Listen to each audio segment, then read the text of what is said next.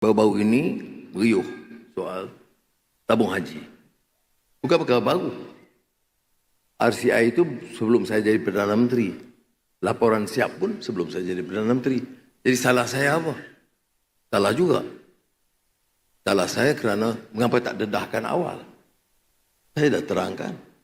Kalau tanya saya pilih untuk dedah awal. Tapi tabung haji menyatakan kalau dedah awal, risiko bagi tabung haji.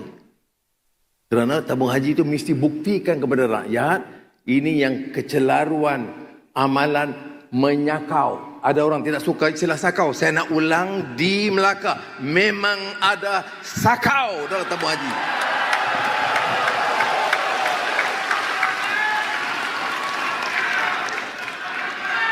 RM12 bilion hilang bukan sakau.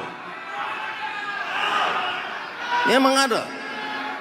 Dan harus ingat, bila kita ambil keputusan untuk mendedahkan laporan itu, keputusan jemaah menteri. Tidak ada seorang pun yang membantah keputusan ahli jemaah menteri untuk mendedahkan.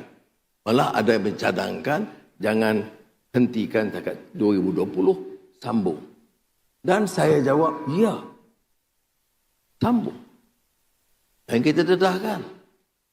Tapi rupa-rupanya ada yang gerun untuk dibahaskan secara terbuka dan lari dari parlimen.